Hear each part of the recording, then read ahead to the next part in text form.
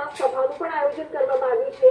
વતનમાં વડાપ્રધાન જ્યારે પણ આવે છે ત્યારે કરોડોની ભેટ સોગાદ જરૂરથી આપતા જાય છે અને આ વખતે પણ અનેક ભેટ સોગાદ પીએમ મોદી આપવાના છે।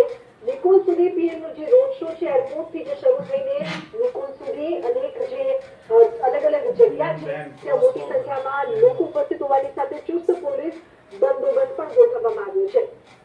તો પીએમના હસ્તે મળશે કરોડોની ભેટ। પીએમ મોદીના રોડ શોની વાત કરીએ તો એરપોર્ટથી થઈને ઇન્દિરા સર્કલ, તે બાદ હરિદર્શન 4 રસ્તા, union bank cross road, mango cinema cross road અને કુળધામ ગ્રાઉન્ડમાં તેમનો રોડ શો છે તેનું સમાપન થઈને જનસભા પણ તેઓ સંબોધવાના છે, જેના માટે તમામ અમદાવાદવાસીઓ ખૂબ જ આતુર જોવા મળી રહ્યા છે।